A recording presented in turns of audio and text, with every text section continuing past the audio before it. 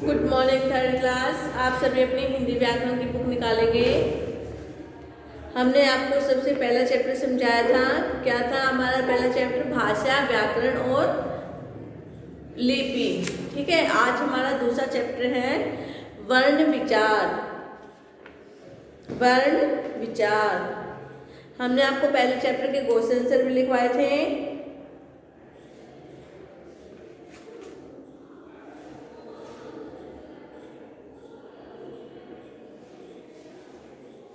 आगे देखिए, हमारा चैप्टर है वर्ण विचार। सभी निकालेंगे।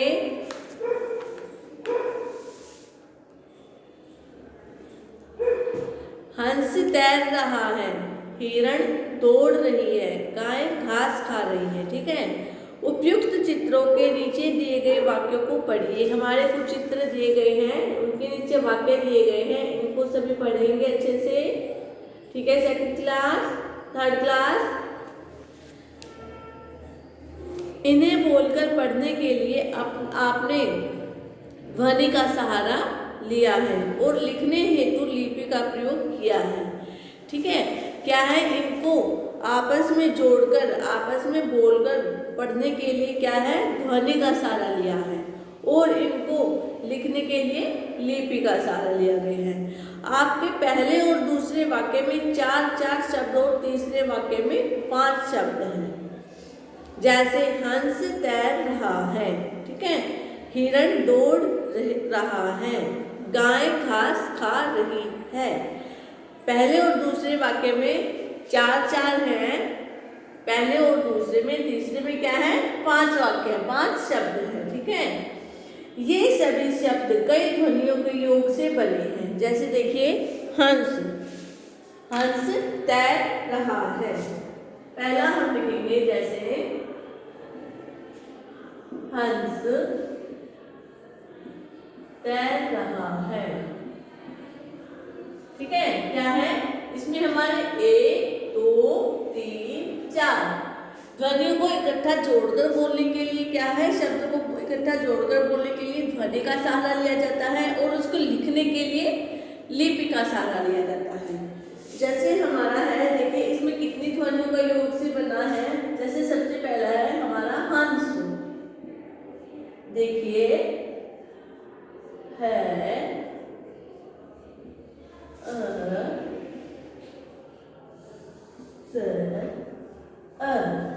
ठीक है, फिर उसके बाद है तैर,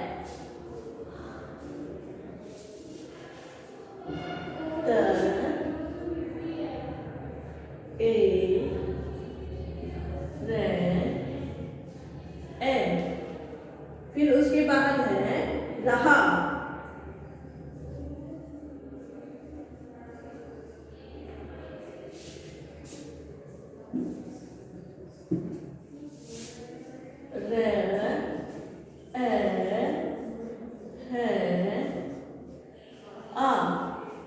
रहा, उसके बाद है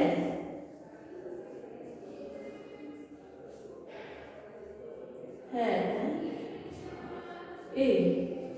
ठीक है, इस प्रकार से क्या है, हंस तैर रहा है। हमने कितने वाक्यों का योग, इसके कितने वाक्यों की सहायता से, ध्वनि की सहायता से इनको बोला है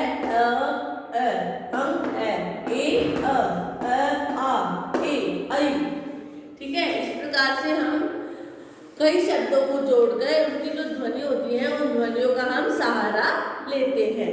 उसके बाद है हिरण दौड़ रहा है। इसमें भी ऐसे ही 4 ध्वनियां हैं। हंस में 4 ध्वनियां हैं, तैर में भी 4 ध्वनियां हैं, रहा में भी 4 ध्वनियां हैं और है में कितनी ध्वनियां हैं, 2। आगे देखिए, हिरण दौड़ रहा है, हिरण में 6 ध्वनियां हैं, दौड़ में 4 ध्वनियां हैं, रहा में 4 ध्वनियां हैं, गाय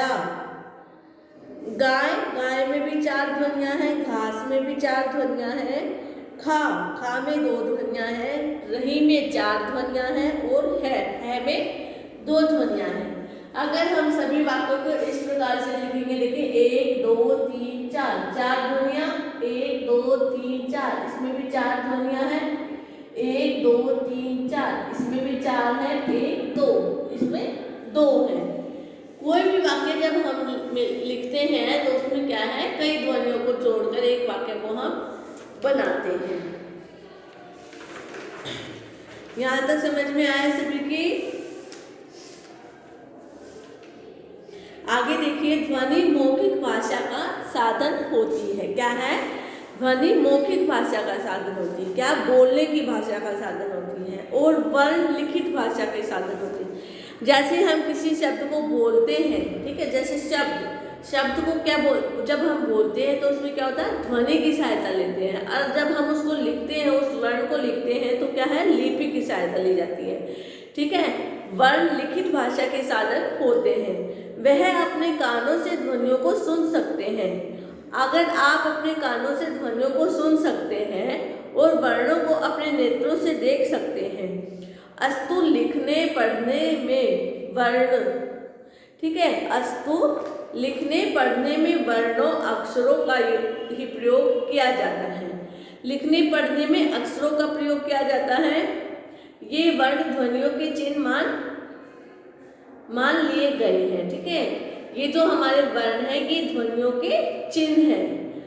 देखिए, जिस ध्वनि के खंड ना हो सके, जिस ध्वनि का कोई खंड टुकड़ा नहीं किया जा सकता, उसे वर्ण कहते हैं। जैसे अ, उ, ए, ऐ, री, ओ, ल, श है आदि। इन शब्दों का क्या है, इन वर्णों का कोई टुकड़ा नहीं किया जा सकता है। ये क्या है, वर्ण की परिभाषा। वर्ण निम्नलिखित दो प्रकार के होते हैं। कौन कौन से हैं? स्वर और व्यंजन। सभी इसको यहाँ तक रिवाइज करेंगे। हमने आपको स्वर, व्यंजन, वर्ण की परिभाषा ये सभी आपको लिखवा भी रखे हैं। जिन बच्चों ने रिवाइज नहीं किया है वो उसको अच्छे से रिवाइज करेंगे। जिन्होंने नहीं लिखा है वो अपने कॉपी में इसको अच्छे से लिखेंगे। ठीक है क्लास, सभी रिवाइज करें।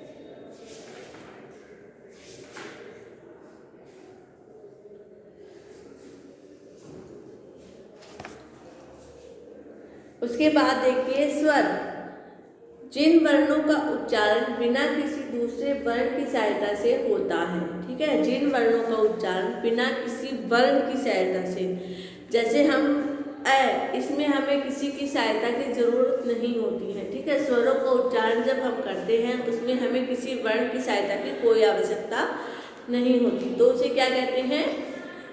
स्वर। स्वर कहते हैं। ए, आ, ई, उ, री, ए, ऐ, ओ, औ। ठीक है, इस प्रकार से ये हमारे स्वर हैं। आगे देखिए व्यंजन। जिन वर्णों का उच्चारण स्वरों की सहायता के बिना नहीं होता है। ठीक है, जिन वर्णों का उच्चारण स्वरों की सहायता से होता है। ठीक है, उनके बिना नहीं हो सकता, इसके स्वरों के बिना नहीं हो सकता, स्वरों की सहायता से होता है, उन्हें व्यंजन कहते हैं। ये संख्या में कितने होते हैं?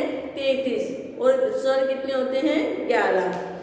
जैसे ये देखिए वर्ग, स्वर्ग, त्वर्ग, त्वर्ग और वर्ग। उसके बाद ये नीचे दिए गए हैं अंतस्थ और, ठीक है, स्पर्श, अंतस्थ और ऊष्म, सभी लिखेंगे इनको। आगे देखिए मात्राएं।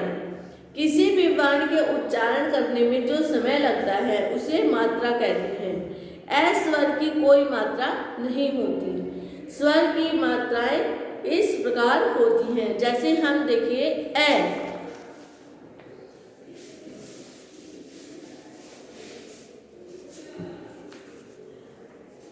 मात्राएं। ठीक है, जैसे ए स्वर की कोई मात्रा नहीं होती है, वो ब्लैंक है।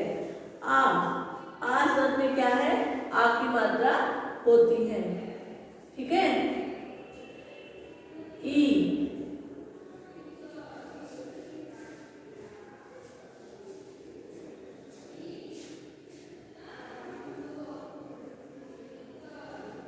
ऊ,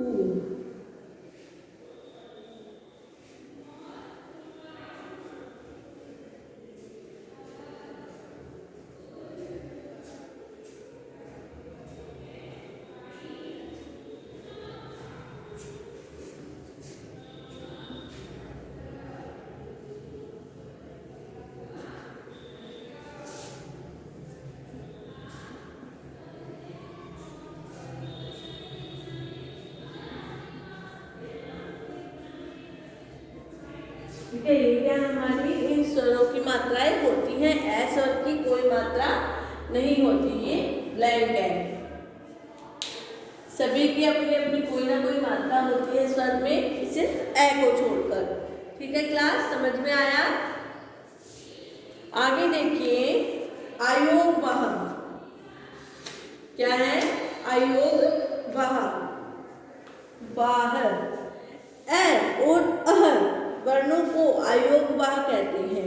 इन अयोगवाह वर्णों का प्रयोग अन्य स्वरों के समान व्यंजनों के साथ किया जाता है।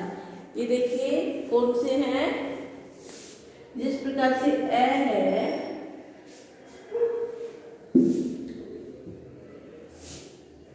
ए और अहर। ठीक है, इनका क्या है? इनका प्रयोग व्यंजनों में के साथ किया जाता है। संयुक्त व्यंजन। दो भिन्न व्यंजनों के परस्पर मेल को संयुक्त व्यंजन कहते हैं। किसे कहते हैं? दो भिन्न अलग अलग व्यंजनों के मेल को संयुक्त व्यंजन कहते हैं। जैसे कौन कौन से होते हैं संयुक्त व्यंजन? देखिए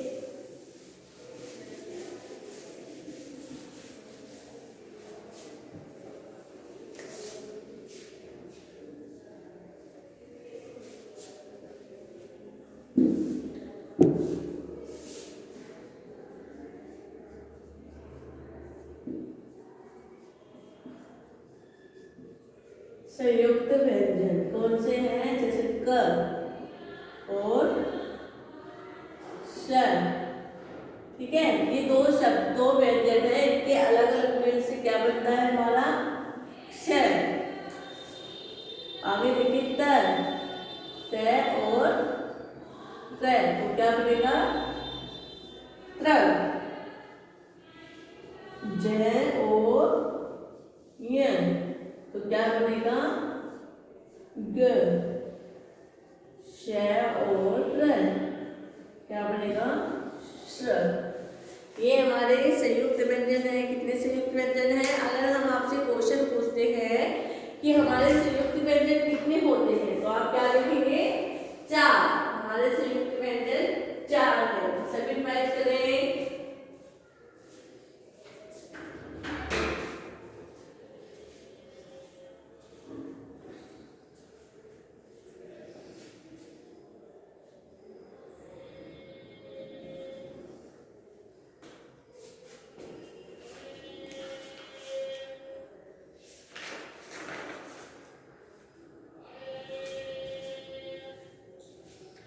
उससे आगे है वर्णमाला।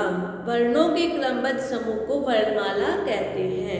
हिंदी वर्णमाला में 48 वर्ण होते हैं। कितने वर्ण होते हैं? 48 वर्ण होते हैं। हिंदी हमारी राजभाषा है। इसकी लिपि कौन सी है?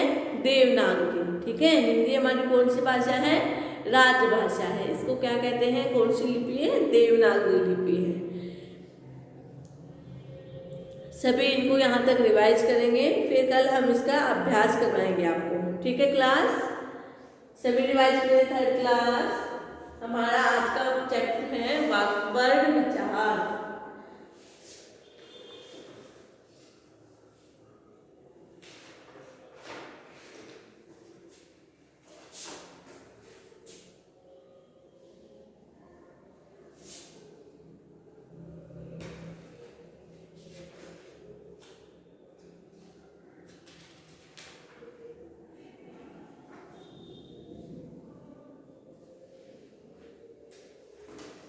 सभी करेंगे।